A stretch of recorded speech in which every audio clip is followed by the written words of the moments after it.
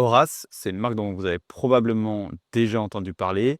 C'est une des premières marques qui a fait sa place dans le marché des soins pour hommes. Aujourd'hui, on va décortiquer leur stratégie marketing, qu'elle soit publicitaire sur Meta, sur TikTok, leur boutique, pour essayer de comprendre comment cette réussite a fonctionné. Restez bien jusqu'à la fin parce que je vais vous partager des choses hyper intéressantes. Donc, on se retrouve sur mon écran. Horace, c'est une marque qui a été fondée en 2016 par Marc et Kim, qui sont tout simplement, 2 potes qui se disent qu'il n'y a pas de marque pour hommes naturelle, de qualité, et pour tous les hommes tout simplement. Et donc ils se disent: «OK, on va créer notre marque et qui va s'appeler Horace». Le but c'est aujourd'hui, c'est pas de retracer l'histoire d'Horace, hein, tout simplement, c'est plutôt de vous décrypter leur stratégie marketing.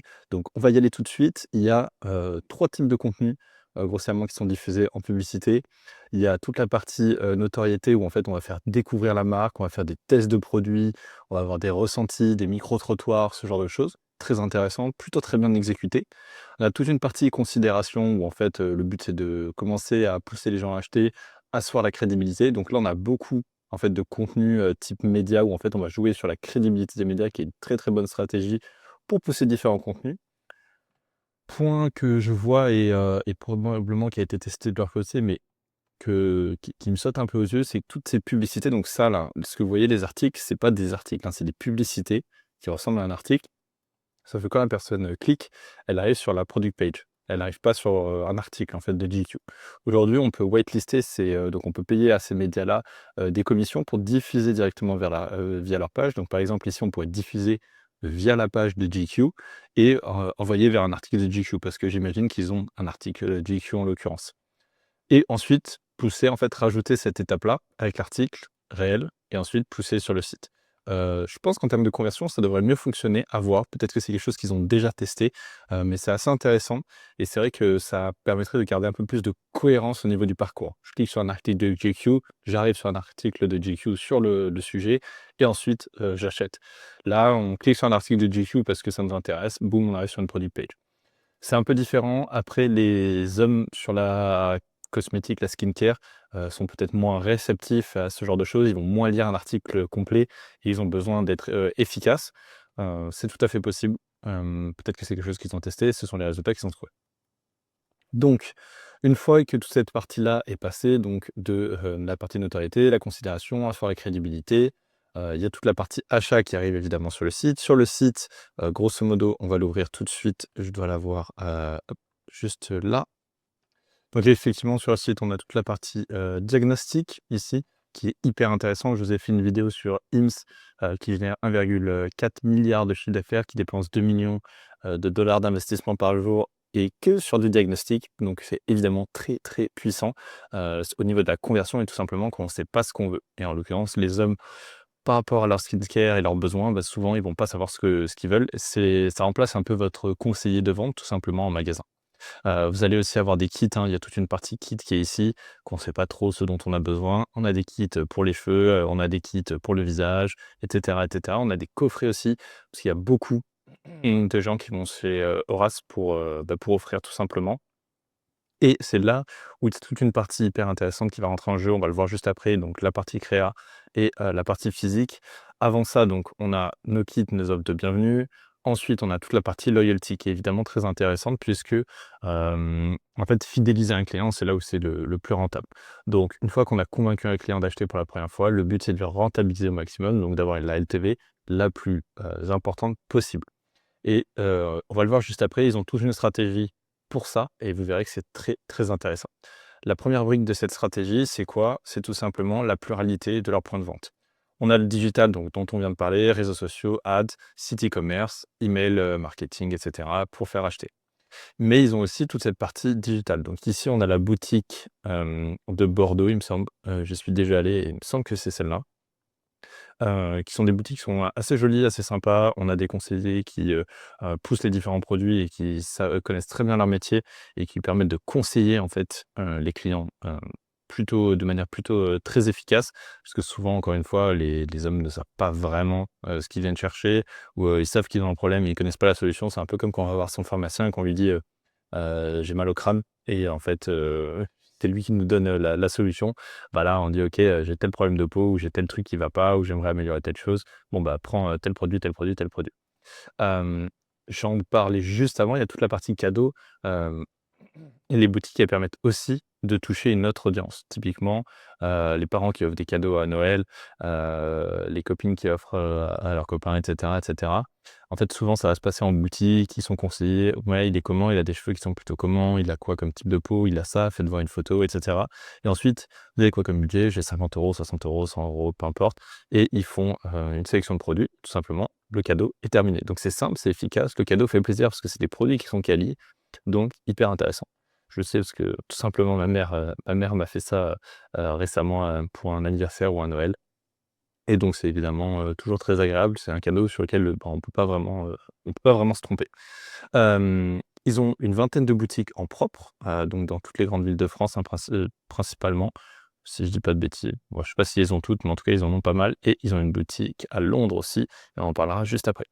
On voit aussi qu'ils ont toute la partie click and collect dans leur boutique. Donc en fait, toute cette partie, boutique en propre et digitale et elle est unifiée tout simplement. Donc il y a évidemment des ponts entre ces 2 expériences et le but, c'est de le simplifier au maximum. On a aussi toute une partie, corner, pharma, Monoprix et cetera, où on peut retrouver les différents produits. J'ai ma crème, ah j'en ai plus, je vais au Monoprix, je récupère ma crème et cetera. Le but ici, c'est de maximiser la LTV des clients. C'est-à-dire qu'une fois qu'ils ont acheté un produit, souvent les hommes, ils vont pas en racheter, ils vont pas aller changer en fait de marque, de produit sur une crème qui marche. Ça s'arrête là, fin de l'histoire, ils reprennent la même crème, pendant, 10 ans quoi. J'abuse un peu, mais c'est un peu ça l'idée et l'idée, ça va être de sortir différents produits pour aller augmenter ça et c'est ce dont on va parler maintenant. Donc, acquisition, il y a eu beaucoup, beaucoup de social ads. Souvent les gens qui arrivent en boutique, c'est pas des gens qui sont inconnus à la marque. Alors évidemment, ça peut arriver, mais c'est plus des gens qui vont passer devant et qui vont dire: «Ah ouais, c'est vrai, putain, j'ai déjà vu cette marque, j'ai déjà acheté, je savais pas qu'ils avaient une boutique, ah, ils ont une boutique ici» et cetera. Évidemment qu'il y a des passants, mais ça je pense que ça ne représente pas la majorité des gens. Tout le monde a déjà plus ou moins entendu parler de Horace. C'est une marque qui est installée encore une fois depuis 2016, qui a quand même, démontré la qualité, sa pérennité, la crédibilité. Il y a jamais eu de en tout cas pas à ma connaissance, de bad buzz sur aucun de leurs produits. Donc, c'est plutôt une marque à qui on fait confiance.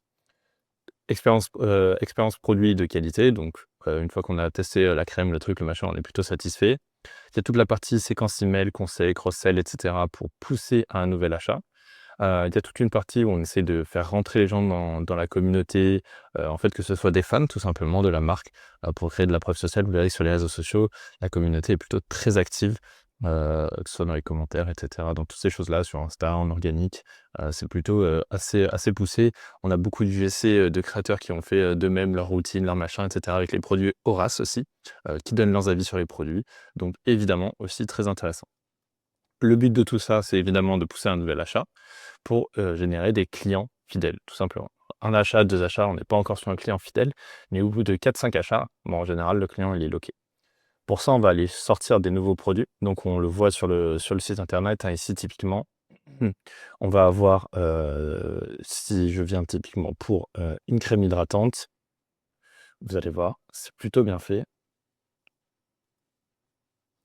On a une crème ici qui est hydratante. On propose différentes versions de la crème, donc soit, matifiant, soit avec de la crème solaire, riche et cetera et cetera. On pousse un kit peau équilibré avec 2 différents produits et quand on scrolle, on a évidemment d'autres kits ici, où on a en fait, quand on prend en pack, tout simplement, on a des réductions. Si je l'ajoute au panier, on va me pousser aussi d'autres produits. Donc là, j'avais déjà mis des trucs, dans mon panier, c'est pour ça. Mais, ces produits sont faits pour vous. On me pousse d'autres produits ici. Je débloque en fait des choses gratuitement petit à petit. Donc là, j'ai eu un échantillon de parfum gratuit et si je continue, j'ai, la livraison gratuite et cetera. Donc le but vraiment, c'est de monter le panier moyen, en fait, chez les clients chez Horace. Donc pour ça, ils ont plein de produits. Quand on a un client fidèle, admettons que je prends ma crème chez Horace, tous les 2 mois, tous les 3 mois, j'en sais rien. À chaque fois, je vais venir faire ma commande, je vais venir ici, je vais dire: «Bon, je prends ma crème». Je vais donner pour un panier à 15 € tout simplement. Mais, ah tiens, ils ont sorti, un parfum. Bon, bah, je suis plutôt satisfait de la crème, bah, peut-être que je peux leur faire confiance effectivement sur le parfum et donc, je vais me rajouter un parfum pour tester tout simplement.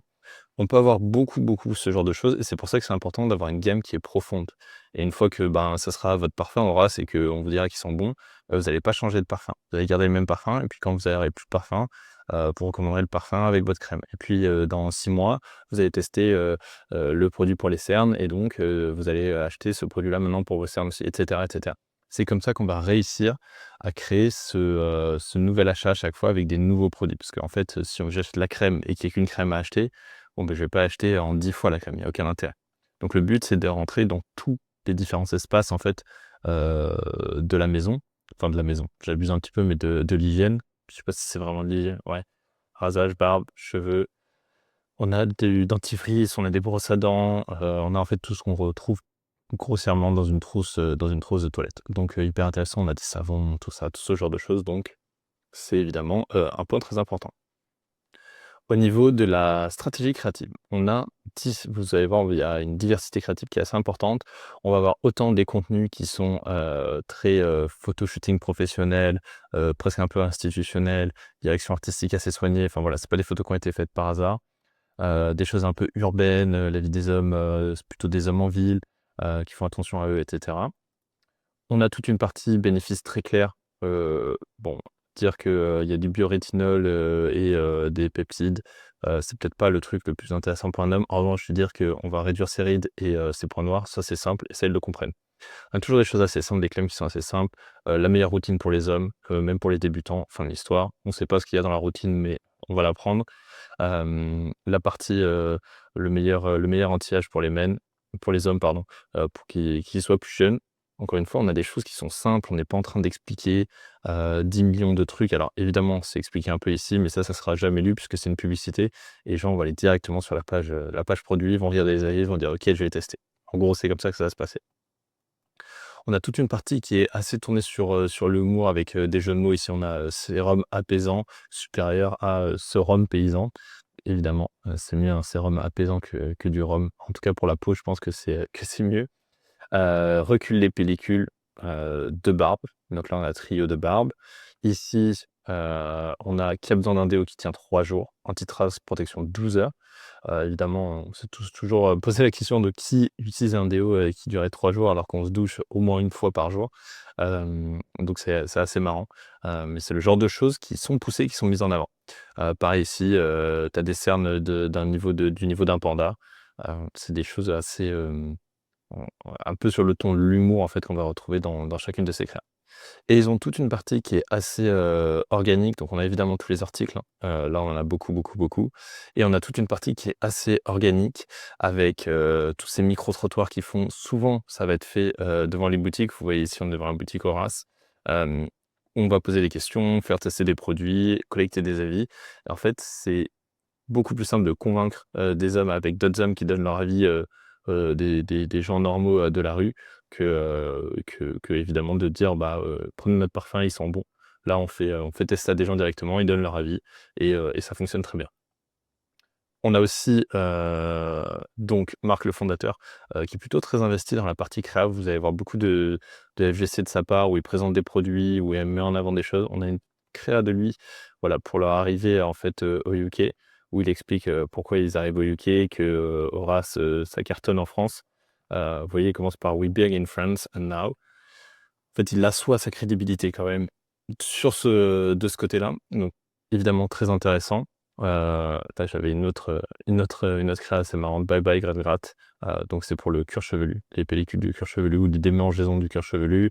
On a des vidéos où on répond aux commentaires et cetera. Donc il y a quand même une diversité qui est très importante. Moi, je les ai splittés entre communauté, preuve sociale, personnalité de la marque et donc là, on parle plus au nom de la marque avec, ces petits jeux de mots-là. Bénéfice clair et simple, ici, c'est toutes les créas qu'on a vues ici. 100 qualité, 0 célébrité, payer le prix juste. En gros, payer un parfum de créateur parce qu'il y a marqué, Yves Saint Laurent dessus à 150 €, c'est peut-être pas votre style. Par contre, payer un parfum, 70 € parce qu'ils sont bons, c'est plutôt OK, parce que vous avez pas l'impression de vous faire avoir.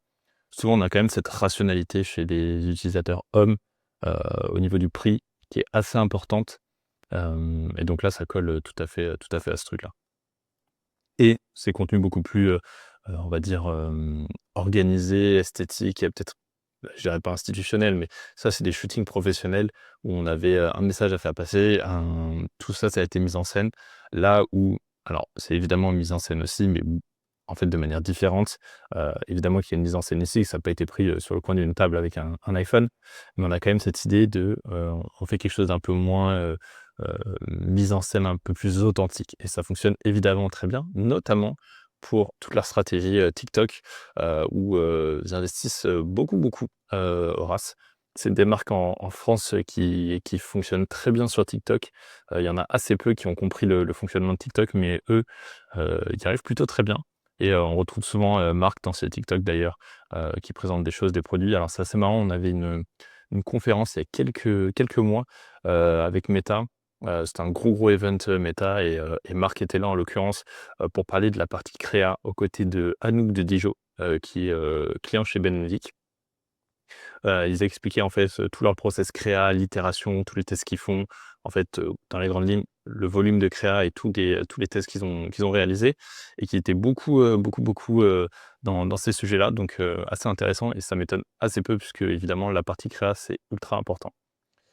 On a parlé rapidement, de leur stratégie globale, de leur fonctionnement, de leur créa. On a aussi parlé, de leur fonctionnement avec les boutiques. Évidemment, les boutiques, vous allez voir, il y en a de plus en plus de marques digitales qui passent sur des boutiques. Chez nous, on a, La Belle Boucle qui fait ça, on a Unbottled qui fait ça aussi, qui ouvre ses boutiques partout en France. En fait, ça tout simplement, c'est un autre canal d'acquisition, qui permet déjà d'aider, les gens qui allaient acheter en ligne à aussi acheter en boutique, mais aussi de toucher une nouvelle communauté de gens qui n'achetaient pas en ligne, mais qui vont acheter, c'est sûr, en boutique. Donc, très intéressant comme stratégie. Vous allez voir, la majorité des marques qui cartonnent en digital finissent par ouvrir des boutiques, en propre, souvent, un peu partout en France, dans les grandes villes en tout cas. On a fait le tour, de cette analyse d'Horace. Je vous ai mis ce document-là en PDF si vous voulez le regarder de votre côté avec, toutes les infos, donc ça sera en description. Si jamais vous avez des retours, des commentaires à laisser sur cette vidéo, sur des choses à améliorer, n'hésitez pas. Je vous remercie.